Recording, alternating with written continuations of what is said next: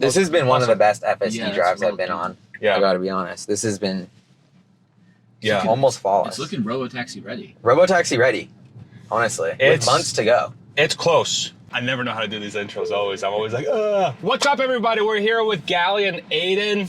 We're hanging out in Austin, Texas. Gali and Aiden are visiting for the week. It's a pleasure to see you, my friend. Yeah. It's been a minute. Great to see you. I really appreciate you coming down. So we're gonna be driving around Austin with my Model Y Performance, a 2020 Model Y Performance. We're gonna put it on FSD and we're just gonna chat Tesla and whatever else comes up. So let's go ahead and turn it on. And now we're on. So how's Tesla doing, Gali? How you doing? Let's start with that. I'm doing great. Well, actually, I was at the Tesla factory, so I'm doing good because of Tesla. Okay. Funny enough. Nice. And I mean, just being in Austin, you can feel the energy of just the Tesla vibes, Cybertrucks everywhere. I got my first Cybertruck test drive. Nice. Which was even better than I could have imagined. Yeah. And I feel like I've been buying Tesla stock for the first time in years, so I'm fired up. Heck yeah. We were chatting before we hopped in the car. You were saying that you feel like Tesla's going through this sort of build out phase again where they seem to be building out a foundation for the future. Is that the reason why you're getting super excited about the story again? Yeah, and I just think it's like when sentiment gets bad, it's kind of fun again to be on the other side and be like, well, we all know the secret, which is like Tesla's one of the best, most well-run machines in the world. Yeah. And just such an incredible company. Yeah. And it's easy for the markets and people to forget that, but I don't know. And then you like experience the products like the Cybertruck and you're like, whoa. Yeah. Like this is some alien technology, some alien level technology stuff. Yeah, for sure. Agreed. It's exciting. I don't know. By the way, that whole thing that just happened at the intersection, that was just a car driving itself. I don't know if you noticed, Steven. Oh, no. That wasn't even me driving. The whole time. It was just a car doing it. Oh, yeah, on FSD right now. On FSD what right version now. are we on? So this is 12.3.3. Oh, nice. 12.3.3. And I just heard that that Tesla just released 0.4 to the employees, to the Tesla employees, I think earlier this morning. Which kind of like, I think one of the things that Tesla was talking about was how, look at what's going on here, my goodness. That sucks. They're talking about how the pace of improvement for FSD was going to dramatically improve because of their sort of new approach. Now here, we got to get over there. Let's see if it does it. And okay, it doesn't do that. Okay, so we were supposed to be on 35 there. It looks like FSD is going to take us the frontage way to 35. So, and one of the things that I noticed with the previous versions of FSD is that the progress kind of slowed down between versions, whereas 12, this guy doesn't care about yielding at all. He's just going to go. Car's doing great. Car's doing great so far. And with FSD 12, the improvements appear to be happening really quickly. Mm-hmm. How many times have you been able to get into an FSD 12 car? A couple times. A couple times? It's great. I actually started using it in Seattle, which I feel like that's been like a big change for me. Okay. And I don't know, I feel like right there, like when it didn't do the highway merge. Yeah. But it didn't do something crazy. It was just like, oh, I'll just go on the next time. Yeah. And find the next on-ramp. So I feel like stuff like that has changed a lot with FSD where it's less erratic. Yeah. So maybe it's a good time for it to exit beta. But I don't know, I still feel like it's still, you have to supervise it. And I'm really curious about like with the Robotaxi coming up, like what is the next step? Like, is it just you always buy your Tesla and it comes with this software that basically drives itself? Right. Or like, when is there some change where it's like the car is allowed to be alone? I'm like, I don't know. Like, I just, it's hard for me to think about like, what is the actual next steps? Yeah. And how do we go from like here to like making a huge amount of money on FSD, I guess. I see. As like an investor, it's very like unclear kind of. Okay. So you mean it's like hard to identify the variables that would help you sort of define when the software is ready to go kind of thing? And like what Tesla's move is going to be. Yeah. Like, are they just going to be like, there's an update, you don't have to pay attention, your car can just drive. Yeah. Maybe you have to be in it first. Yeah. But you don't have to pay attention. I don't know. It'll just be interesting to see. I'm really curious to see how that all plays out. Because it's like, okay, well, if we're really ready for FSD, then like we got to get ready for this next step. Yeah. You know, the full level 5, which is because I experienced that in the Waymo with Aiden actually. Yeah. And that was a really powerful experience of like, wow, this was so good and smooth and felt really safe and like literally there was no one in it. So yeah, I'm curious when Tesla will like, reach that level of performance basically. Yeah, and not even performance, but like reach that level of consumer experience. I see. When I can get in the car and not worry about it. Yeah, because it's basically, you know, I've talked about this a lot of times on the channel. Is like there's 2 variables to self-driving. There's a safety variable and then there's a comfort variable, right? The safety variable is like, well, the car's not going to crash even though it's acting in a way that the human feels like it's going to do something stupid, but the robot's like, nah, I got it. I got it in my own robot way. But the other variable, which is almost more important, is to make sure the human is comfortable with how you're driving so that the human feels confident that it's not going to do something stupid, right? Yep. And I think what you're talking about is more the latter. Is like not so much that the car is safe, as we got to be in the left lane here. So let's see what it does. So here's a right turning lane, and it's got to get on the left. We got some bollards here. I may have to intervene. Oh, so it drove like a New Yorker there. Crushing it. Yeah. That was like what a good taxi driver would do. It's like, screw your right turn lane. I'm just going to get over here and skip ahead of you. It's funny because I actually see a lot of people making that mistake too. Because you get off, you have 2 lanes, and all of a sudden that's a right turning lane. So, but I think that comfort variables is such a good point because the car has to communicate to you that it's going to do the right thing. And I think from your Waymo experience, it sounds like that's kind of what gave you a lot of confidence that Waymo had it figured out, was because it know how to give you the right information that it was going to do the right thing. So here's the Texas Stadium. So that this was our first destination, which it took us to with relative ease. So let me go ahead and put in our next destination here. So I'm going to disengage and we're going to Franklin Barbecue. So how was that? How was that first leg for you? How did it feel? Really good. Okay. That was really impressive, honestly. Okay. Have you been in an FSD car in Austin before, or is this your first time? I think it might be my first time, or one of my first times. Okay. Yeah. Okay. Because the Cybertruck I was in didn't have FSD or anything. Yeah. They don't have it yet. Yeah, they haven't. That's been a sort of a point of contention with some folks because it's like they charge for the feature, but it's not in the truck yet. You know it's coming now. Yeah. You know it's coming. Yeah, for sure. Energy, Tesla Energy. What are you seeing from that perspective? Is anything sort of jumping out to you from an energy perspective for the company? Well, it seems like they've really dialed in the 0 to 1 on Megapack. Yeah. And like being able to make money on a product and scale it really well. And they have like the Megapack factories. So I feel like that's a good indicator of where that business is going to go.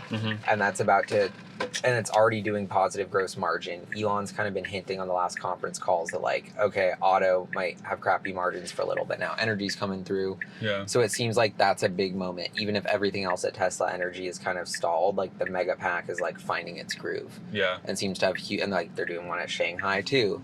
So hopefully that gross profit, which is already a couple $100 million, will start to like incrementally offset more and more anything to do with the auto business. Just like nice to have that. Yeah. So I feel like that's another reason I'm getting more bullish on Tesla, because you're seeing like the evolution of the energy business play out in the financials now. Yeah.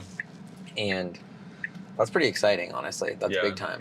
I'm still curious about the solar roof though. That seems to have massive potential, and Elon always talks about how we could power, everything with like one big solar panel. Yeah. Like us, just in this amount of land. Well, it's like, well, why isn't Tesla building that? Like, when is Tesla gonna why don't they build like a huge solar like thing to power a city? You Right. know? Or like becoming like Aiden always talks about that idea of like Suncoin, like an energy powered city. That everyone kind of owns. But I think even like more realistic is like Tesla partners with like Austin to make sure the grid doesn't go down and builds a huge solar farm like an hour outside of town or something, and like literally like powers a city. And then I don't know, that's just kind of a moonshot idea, but I feel like the reality is it's not that sexy of a business. It's just selling the huge batteries with the Megapack, but that's a really good product. Yeah. It seems like it's going under the radar for sure. That's the one thing I've noticed about energy for like the better part of, I don't know, ever since its inception, I feel like the company has this product that is game changing in nature between like the storage batteries and the solar panels, but like their focus is somewhere else. Their focus is on like, oh, we got to get the Model Y ramped. Oh, we got to get the Cybertruck ramped. Oh, we got to get the compact car ramped. But now it seems like we have some clues that they're starting to get into the energy game a little bit closer, a little bit more seriously. And I wonder how much of that is like maybe they're comfortable that they have more batteries on hand now with like the 4680 ramp and kind of getting the suppliers in place. Because, you know, you have to essentially divert batteries from the car business to the energy business to make it happen. But now it seems like maybe they're a parity where now they can actually give both businesses the attention they deserve, which is mainly centered around batteries, you know?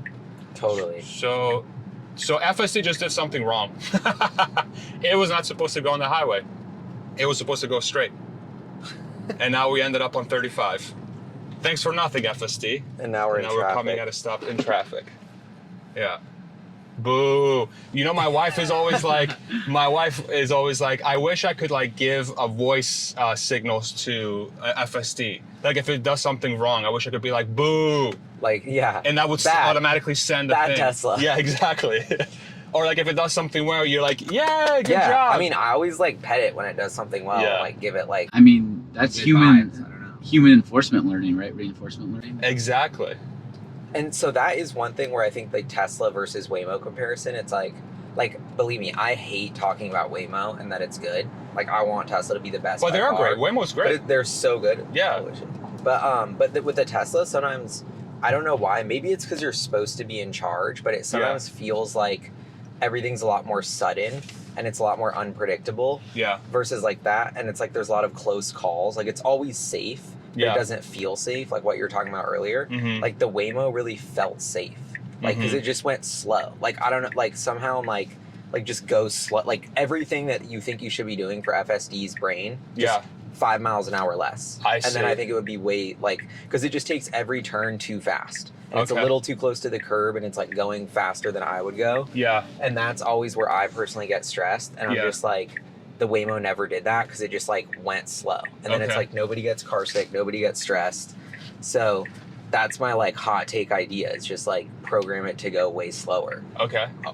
Because I think that spooks a lot of people. Is like when I give people FSD rides, it's doing great for 20 minutes. Yeah. But then I'll do one kind of erratic thing, and then that spooks people. Yeah. And then they're like I don't want to be on FSD anymore. Versus it just like going a little bit slower than normal. I see. You know? Yeah. And it's like, what's a better consumer experience? So I think that's like, I'm really interested in like, I try and be like the most unbiased, like I'm a hella picky just driver and person in general about some stuff. And For like, sure. if I want to be picky about driving, like I get car sick super easily. Like I'm always scared. Like I've been in crashes. Like I'm just hella skittish and scared. Yeah. And a lot of people are, and you need to convince me as like that skittish, scared rider to be comfortable with it. Otherwise it's not going to go mainstream. So I feel like there's like, it's a little bit with FSD. They need to cross this bridge of like Tesla fans being like, it's dope, like it's working. Versus, and then everyone in the car is like, holy shit. Yeah, like, yeah. You know what I mean? It's like I 100% agree with you. I think it's. I'm gonna stop it here because we reached our destination there. I 100% agree with you because for the company to be successful, Texas Capitol Visitors Building. Let's go there. Okay, we're gonna go to the Texas Capitol Building. We're to Austin, love it. Hell yeah. So this is Franklin's Barbecue, the best brisket in Austin, in my opinion. Sandy Monroe agrees. I took him here as well. I 1000% agree with you. And that's why when I do my FSD drives, I am like you. So anytime I do like a focus test, I highlight every single nitpick I have because of exactly the point you made, is that the car has to cater to the most conservative driver or rider for this technology to be successful, because by default there's a trust issue, because you are essentially you're outsourcing the trust from a human to a robot, and you need, as a human, you need clues that tell you, hey, this robot's going to do it just as good as I am. And if it doesn't give you those context clues, you're going to be like, what the fuck, this thing's trying to kill me. Such a good point. Like if you have a taxi driver that's like driving hella crazy, you know, and doing like whoa, and then just took the wrong turn. It's just like, you'd be like, okay, like holding on tight. Yeah. Like, Oh, and at least you can tell the driver, yo, I'm uncomfortable. yeah. Right? Like that, and that's the control, because even if you're a rider with a hella crazy taxi driver, you can be like, yo, can you slow down? If you're in a self-driving car that's driving crazy, unless you program that in, where the taxi will, like, the self-driving taxi will react to the person freaking out, Yeah. it's just gonna keep driving like in a subjectively bad way. It doesn't even have to be objectively bad. If it doesn't meet the rider's or driver's expectation, it's going to be immediately be deemed as bad. And that's like the very tall sort of threshold that that Tesla has to overcome with FSD to get this thing to be everywhere. And Yeah. it speaks directly to your point. You know?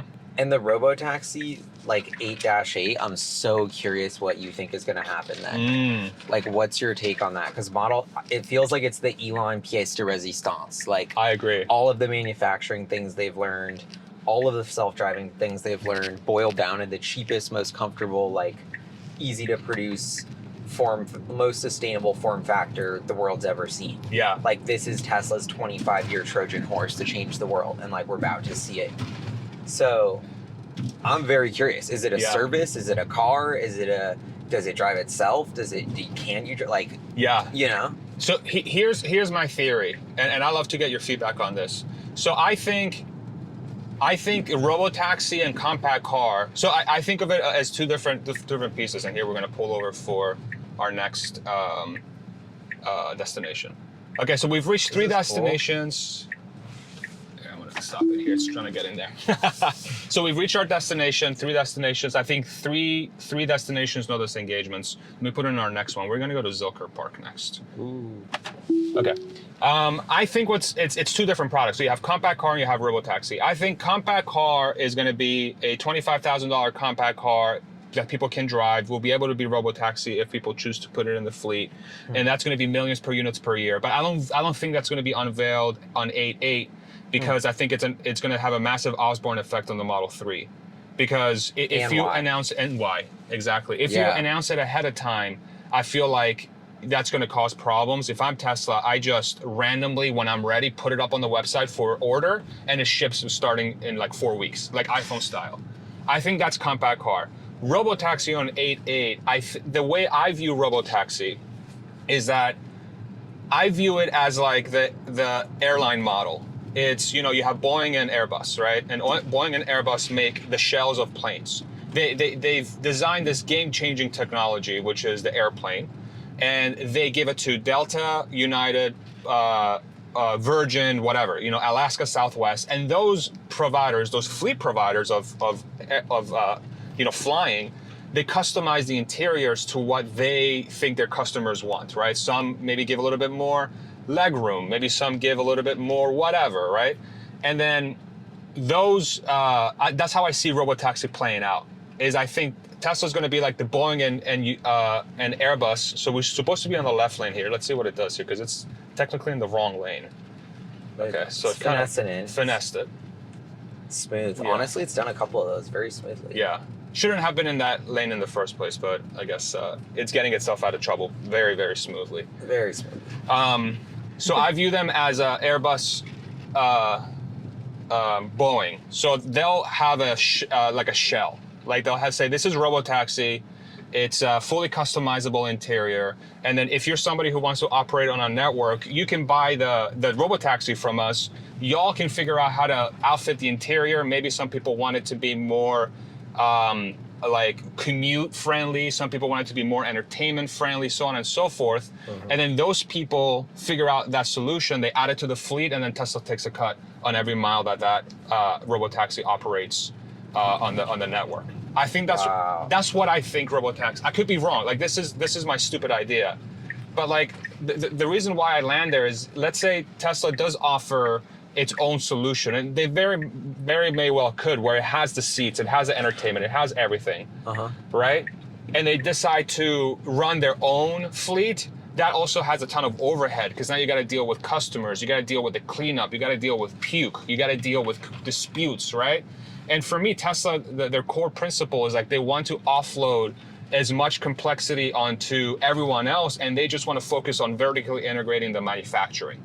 And if they go the airline model, they're able to do that. Good. I'm loving this What theory. do you think I've about never that? heard this theory, but I love it. Okay. Super interesting.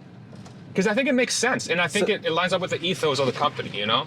And is that vehicle designed to be fully self-driving, or is it designed to have a driver? I think that is 100% self-driving. I think that's no steering wheels and pedals.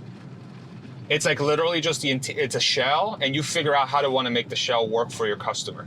And is it going to look like a little pod, like the Firefly, in between like Cybertruck and Firefly? Kind of like in the book. It was kind of like a... Like an egg shape, sideways kinda, teardrop. Yeah, I think so. I think it's going to be or like raindrop. It's going to be optimized for lowest cost per mile, and lowest cost Super per mile. aerodynamic. Exactly. Super.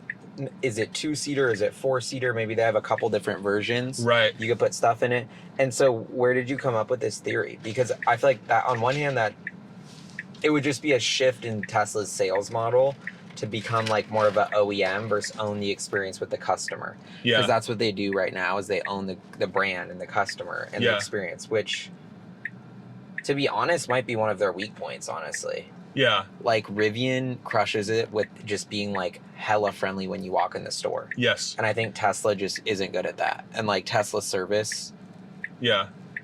the hot take is they can have an attitude sometimes. Okay. And I don't know. I just feel like Tesla like could use like a little bit of like level up and like, yeah, I don't know. Just like customer, like their margins are great and stuff, but like the customer experience is usually really good, but isn't perfect. I don't know. I was thinking that's not maybe their strong suit. I agree with you though. And I think, but I think if you look at the DNA of the company, they're engineers first. Yeah, right. Exactly. And it shows in everything they do. They're not Chick-fil-A, but they should be. But why can't they be Chick-fil-A? Because that's not part of the DNA of the company. And I think that it's like literally not part of the DNA. Because when I was at the company, like it was not part of the DNA. The DNA of the company is just we're gonna make the best freaking product, and people are gonna love it. And if anyone's upset, that is a feedback loop for us that says we need to get better at the product. Because in theory, we need no customer service. That's how the company thinks. I think this is my hot take, and I've this idea has been bubbling, and I'm so stoked we're on this podcast. Yeah. We're scheming on this because George Blankenship, he was the Apple guy who designed the Apple stores, and then Tesla and Elon hired him, and he came up with the Tesla store, which is why it's like the Apple store. And he retired a while ago, and that was like the big move for Tesla, and they've kind of been coasting on that model and scheme since he implemented it, George Blankenship. Yeah. So this is what Elon and the team needs to do, in my opinion, is hire, so like Apple hired the Burberry lady, and I think to make, and it was like fashion Apple Watch. I think Tesla could do a lot better version of that, but like take cues from the Rivian store. Like they have the kids thing where people can draw markers. Like it's more fun. Like, I don't know, the Tesla stores are getting a little bit stale and they're all the same. They don't lack community. And the employees need a little more Chick-fil-A friendliness. Maybe that's only in the service center, but it's like, we're not hiring engineers in the service center. Guess who we're hiring? Just the friendliest people we can find. And they're just hella friendly and pumped to be there and like spread the love. And there's a lot of people in the Tesla stores who do work like that. Like shout out Raphael. For sure. But I just think this idea of like Tesla hiring some sort of interior design, functional space visionary, maybe from the fashion or art world, combined with some utilitarian customer service. Like, let's come up with, let's have there be beautiful plants in the store. Let's have there be crazy lighting. Let's have there, like, it be a pop-up. Let's integrate the community more. Like, there's just a lot of room on the table to use the footprint which Tesla's created of their retail footprint to do something really dope with the stores that we're leaving on the table, I think. And so like that's like one of my moonshot schemes is like hire somebody to just supercharge like Tesla stores by 2030. It's a third place. It's, you know, can we have a robot making coffee? Like let's a Tesla bot making you lattes. That'd be like sick. Why aren't we, you know, like you know that's going to happen. That is going to happen. Now that you've said it, it's going to happen. And there's a company called like Cafe X, which I think is in the Berlin Gigafactory. I've heard of them, which is like a really cool like startup. An automated, like a barista. I honestly don't know why it hasn't taken off more, but no, I think that's a fascinating idea. I just the thing I keep reverting to is that I just think from the DNA perspective of the company, I think that will happen if Tesla decides that they want to own the customer experience, which they've almost had to up to this point, because the thing they had to really get through to the customer was that EVs are good. Yeah. Like that's been the huge bottleneck or the huge like sort of thing that was preventing EVs from taking off that before Tesla was that people were convinced that EVs are not good. Yeah. And so the Tesla store was in a way to prove to people, I'm going to push it through. So here I'm intervening. Let's go. I'm intervening because I am impatient. So the car stopping there, technically it did the safe thing, but I'm like, I'm just going to intervene and go forward.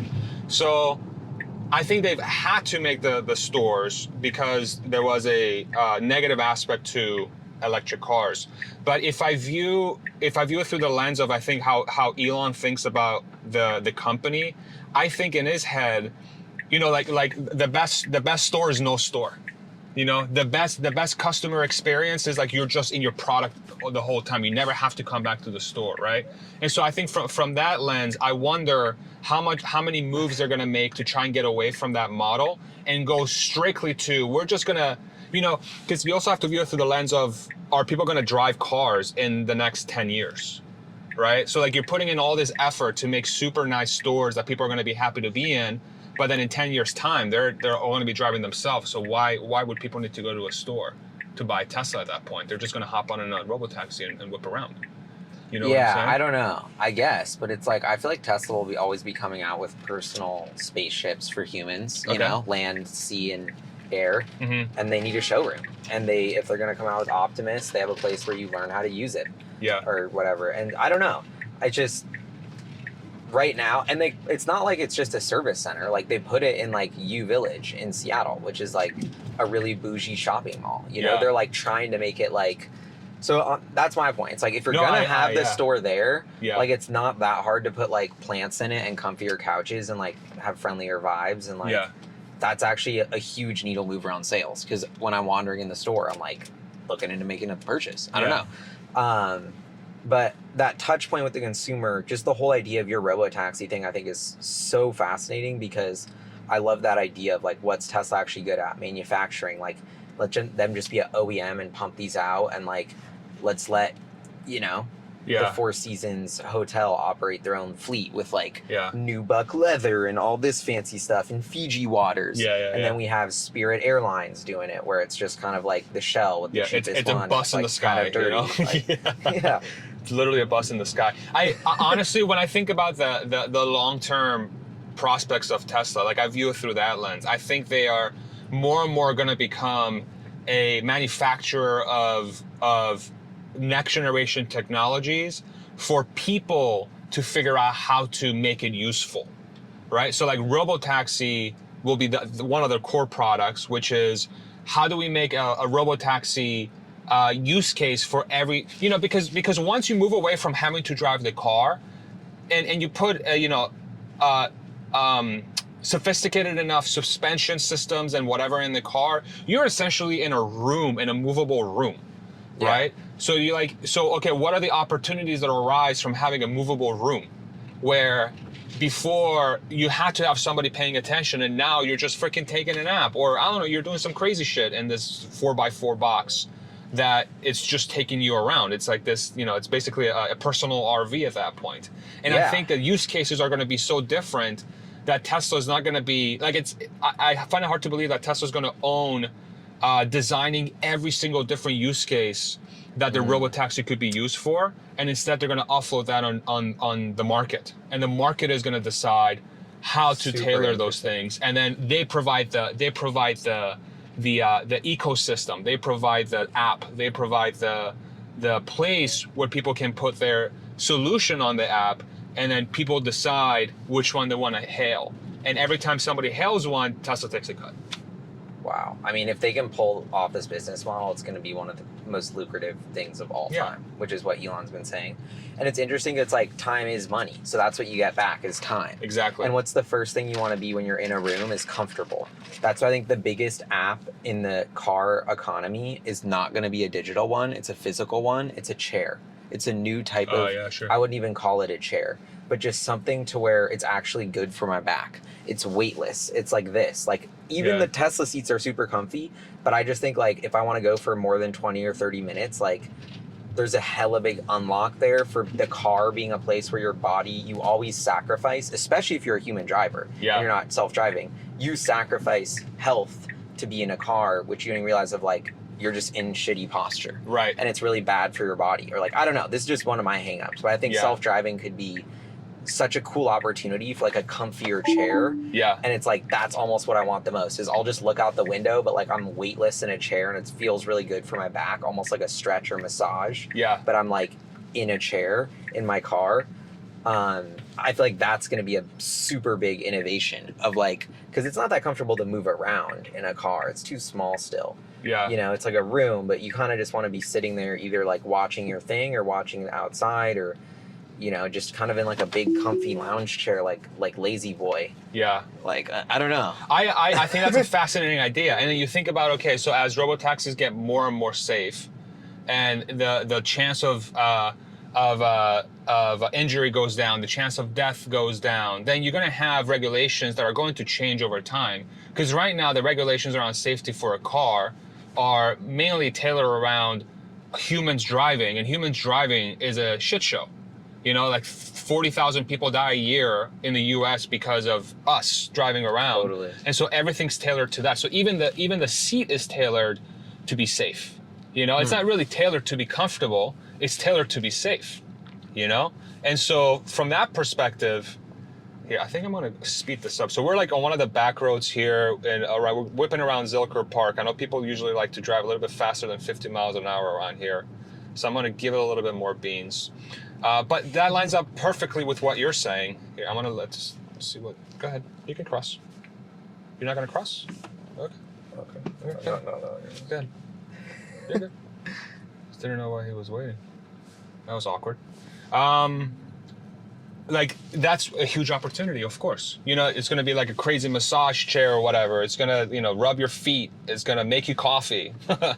You know, it's gonna provide all kinds of Robot barista, Cafe X. Exactly. Right in the Robotaxi. You know, because if the deaths are gonna go down from 40,000 to I don't know, like 0 or maybe 10 or 100, it's no different than a plane at that point, you know? Like a plane, the interior of a plane is not tailored for safety, it's tailored for comfort. Because if that bitch is crashing, you're dead. You know what I'm saying? Like if that plane's crashing, you're dead. Yeah. So it's like, these airfare people are not, like the regulations are not really around, oh, let's make the seats as comfortable as possible. It's like, no, let's maximize how many people we can stuff in this thing. Yeah. You know? So squeezing every inch. Exactly. I mean, are you just going to be in your Vision Pro on the comfy chair? Right. You know, Vision Pro is going to be... Wait, do you have Vision Pro? I did. I returned it. You returned it? Yeah. Okay. Because I don't have one, but I love the potential of Vision Pro. Mm-hmm. I feel like that's an underappreciated thing of like, I was in Japan and like the train was really quiet and everyone was on their phone. And then I just had this moment of like, I just got off the airport. Like I swear when you're off the plane, you're just kind of like thinking of things more like, you know, you're a tourist, you're more like analyzing. And I'm just like, oh my God, like everyone is just so sucked in their phone. In 5 years, everyone's just gonna have Vision Pro. Yeah. Or like some sort of glasses. Like I could just see it. And it was just so freaky. And like, I felt like this moment, because everyone's so quiet and polite on the train, just like so sucked in their phone. Yeah. And you're just like, oh my God, like I literally can just see this in the future. Everyone has Vision Pro. Yeah. Like it's gonna be wild. And it's just a new platform and like all this AI stuff of like Sora. Like how good is OpenAI at making videos? Like, well, what do you want to do when there's cool videos? Watch them. You know? How are you gonna watch them? Vision Pro. So it's like the more, and like it's not just gonna be video. Like video is limited by a 2D screen, so you're gonna have things that like jump out of the screen. It's gonna be a whole immersion, and that's gonna be a way more, you know, satisfying entertainment experience than traditional video. Is this new immersive video that's only possible on Vision Pro, and that'll be how people consume all this AI content. Yeah. So it's like Apple's actually in the prime position to benefit from the explosion in AI creativity because they're the platform of how you experience it. Yeah. And like, yeah, I don't know. It's definitely the most impressive of all the VR headsets I've used. It's just, it doesn't feel like it's there yet. It needs to be, I think it needs to be just, like the comfort is still something that I struggle with their headset. Like I couldn't find a comfortable place on my face. And where is that comfort coming in? Is that right away or is that after 30 minutes? After an hour or two.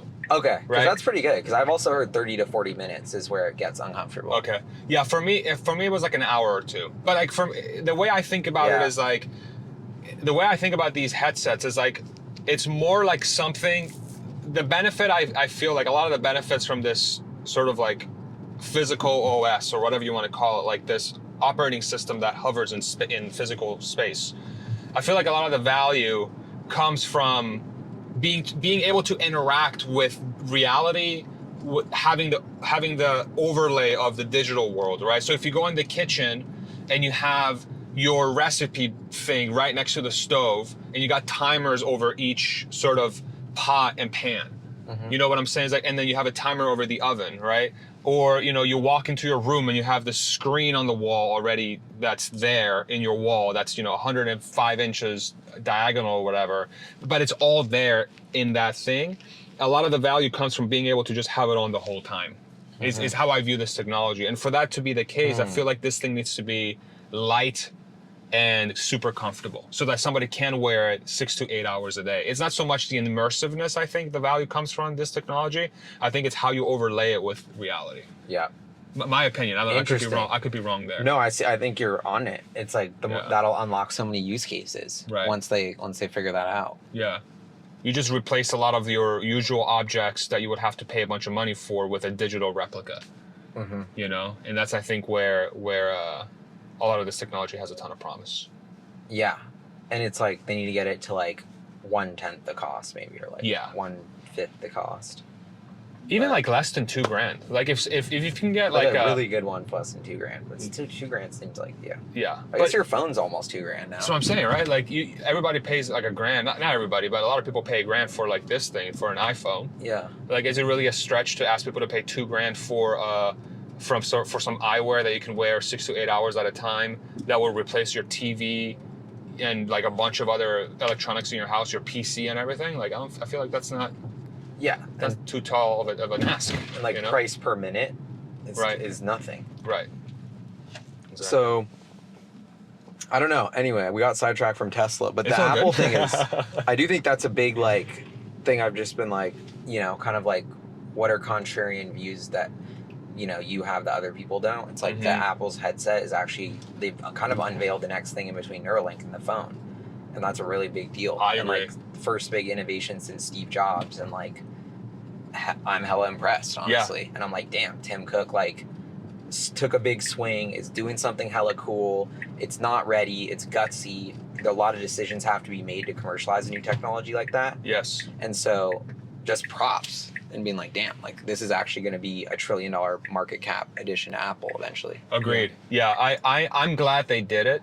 I'm really, really glad they did it. I think it shows that there's still some sort of DNA of taking risks, like you said, but it's also not ready. There's the Highland, by the way. The refresh. Ooh, the Model 3. Dude, it's sharp. Bro, it's so sharp. Yeah. I love the new headlights. Super good job with it. Yeah, I feel like I know more people that returned their Vision Pro that kept it. You know, and I feel like that's like which is an interesting trend. Yeah. But maybe that's a testament to how good the marketing was and just the whole vibe of Apple having people spend 4 Gs on something they've never even touched or tried. Yeah. Like, what did you hear? What did you hear from those people, Aiden? Like, why did they return it? I think a lot of people just didn't find a way to incorporate it in their day-to-day life, kind of like you're saying. Okay. Like it wasn't immersive enough, providing enough value that I kind of felt like they were forcing to use it. And it didn't feel like it was really like adding value to their, you know, typical work experience. Yeah. That was my issue, is that I didn't know what the hell to use it for.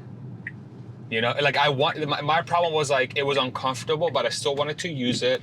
And then the more I wore it, I'm like, okay, there's an equation I have to do here. Is like, how much discomfort do I want to experience the future? Yeah. And then after some point, it's like, I don't even know what I'm using this for. You know, like I have a computer. The computer does everything well already for me. You know, it's like I don't know what to use it for. All right, we're to our next destination again. How is FSD? We've been on FSD the whole time. We've been chatting. I would say pretty good. 9 out of 10. 9 out of 10? Like couple wrong lanes, but like other than that. Yeah.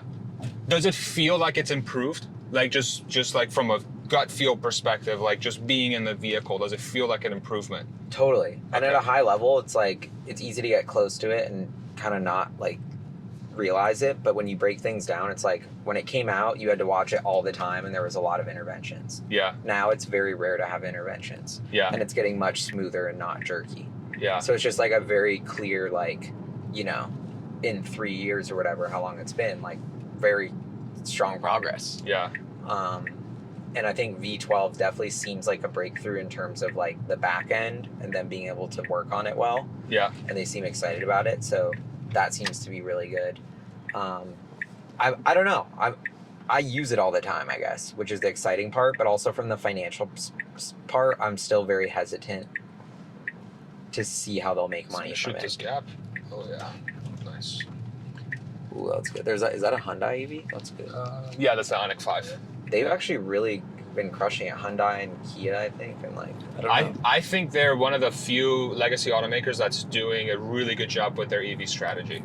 Yeah. Because they're aiming for the low. This is one of my favorite views of Austin, by the way, coming in from this bridge. Just you can see all the growth, all the cranes and stuff. Oh my It's god. beautiful. Yeah. It's like 7 cranes right there. Such a cool city. I think Kia Hyundai has the best strategy out of all legacy automakers. I really think so. Because they're focusing on quality, affordable. Yeah. I don't think they're profitable, but they're quality, affordable, and they're one of the few kind ones. of cool and Yeah. futuristic. Yeah. I mean, that's one of my concerns is the EV movement going to die?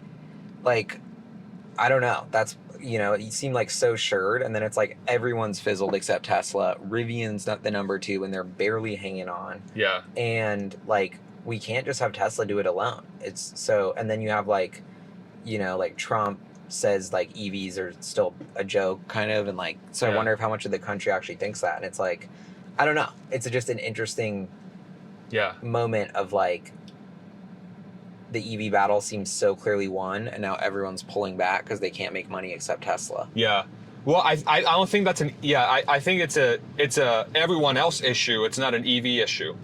It's like if everybody was able to offer a value like Tesla offers, I feel like EVs would catch on quicker, in my opinion, because if you kind of like view what so like for example the Model 3 refresh, right? Yeah. We were talking about this before we got in the car. Insane value for money. Like it's ridiculous value for money for what you get.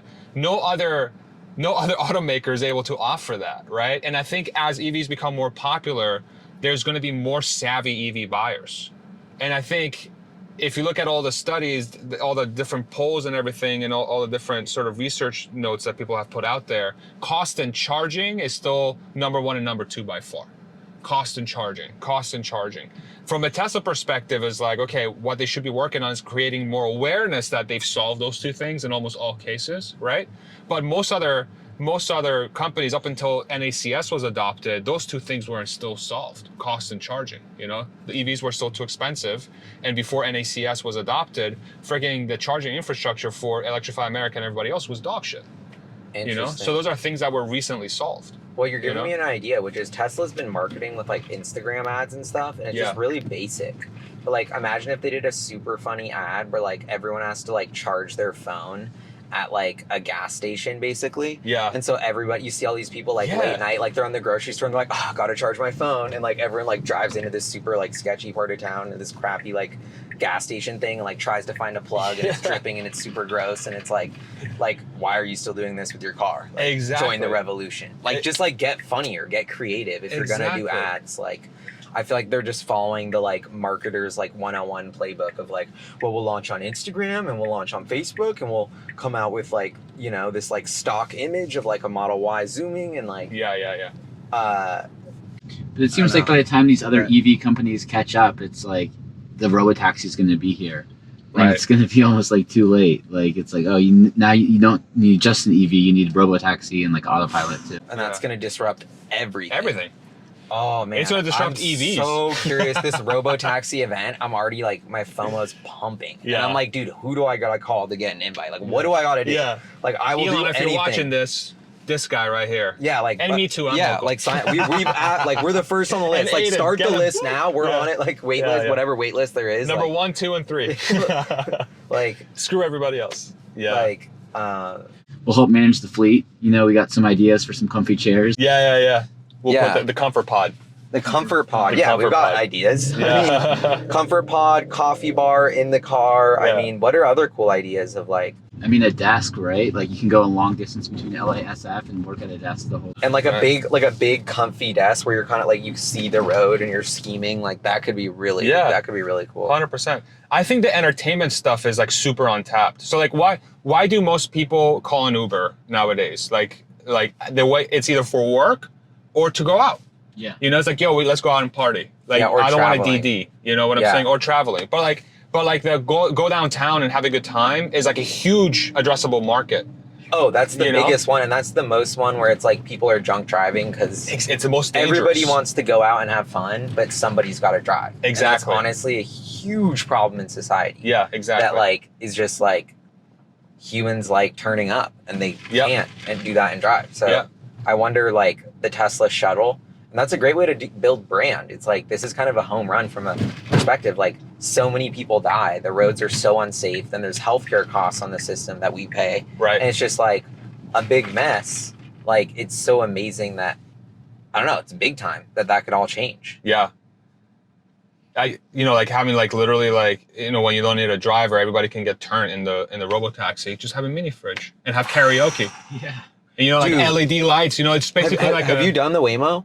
No, I haven't done Because the Waymo the yet, reason no. why it was so fun is because of what you're saying. Like it feels like a kickback. Because the second you don't have to pay attention, like Eden and I are turned around talking. Yeah. Like it just feels like it was so memorable because Yeah. it was a different feeling of like we're kicking it. It wasn't like somebody's driving. Like we all are kind of making sure. You don't even realize it, but when a human's driving, Yeah. you're actually making sure whether they're gonna fuck up. Or not. 100%. You're like, oh, is he gonna do that guy? Does he see that guy? And Right. you're stressing. You know. Yeah. But then the Robotaxi was fully like, Waymo's doing it. Exactly. Like we're chilling. Like Yeah. our only concern is the music and how loud we want it. And Yeah. like, And do you care? And do you care if the car's going a little too slow or it's making a turn a little differently than you would under that perspective, right?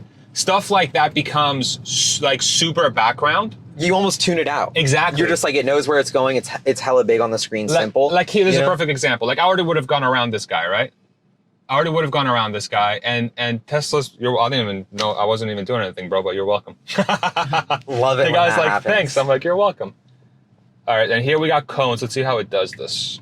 Let's put a clearance blinker on. There's a car on our left, I and mean, it's giving us space. Perfect. this has been one of the Awesome. best FSD Yeah, that's drives well I've been done. on. I Yeah. gotta be honest. This has been Yeah. almost flawless. It's looking Robotaxi ready. Robotaxi ready. Honestly, with It's- months to go. It's close. It's definitely very close. And I think the big light bulb moment for me was and this goes back to our control conversation. I have control. I'm in control because this is not Robotaxi, right?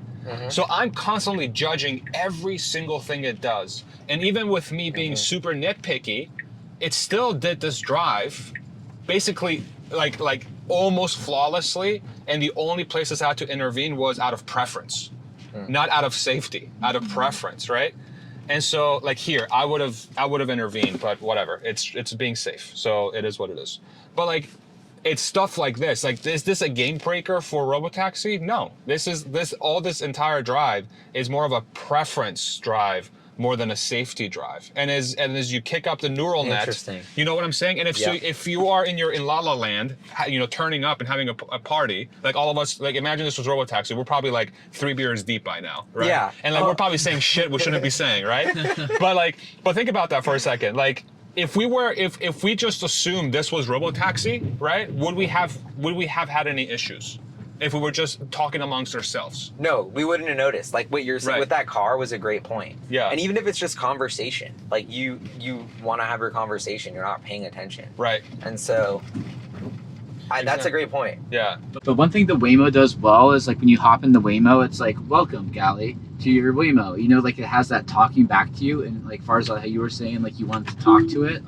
Like that's like a big part of, the communication with the... Yeah. And it's Right. very clear. And I think that subtly builds trust. Like what you're saying, you got to trust it. Yeah. Like the way the Waymo, you walk in, it's instantly like, hi, like you're going here, maps here, music's here, I'm leaving now. Okay. Yeah. And it's just like, oh, like I'm very like it knows what's happening. I know what's happening. Like Right. we're doing this. Like, and it's like because we're building this crazy new experience. So it's just, you almost have a relationship with the robot in a way. Like you're building a trust. Like there's a trust exchange, where now you're like trusting this thing a little bit more because it kind of like knows. It knows you in a way. So you're like, oh shit, this is awesome. Like this thing is actually here to pick me up, right? Like those little small things are huge, but what's harder, creating that experience or getting an AI to drive the car? You know?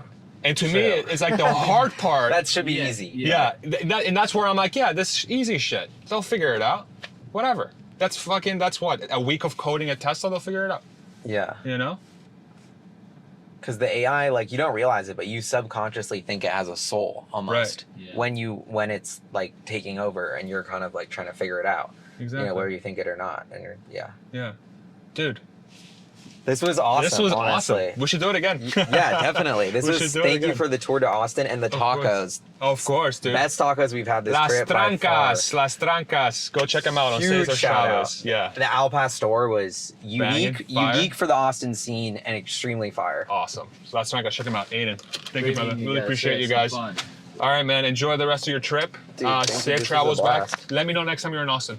Definitely. We'll do this again. Yeah, I'll take you guys out to lunch again. Take care. Oh yeah. Take it easy, guys. Good luck with the baby and stuff. Thank you so much, man. Yeah, I'll send you guys congrats. pictures. Yeah, All right. Definitely. All right, take it easy, guys. Thank you.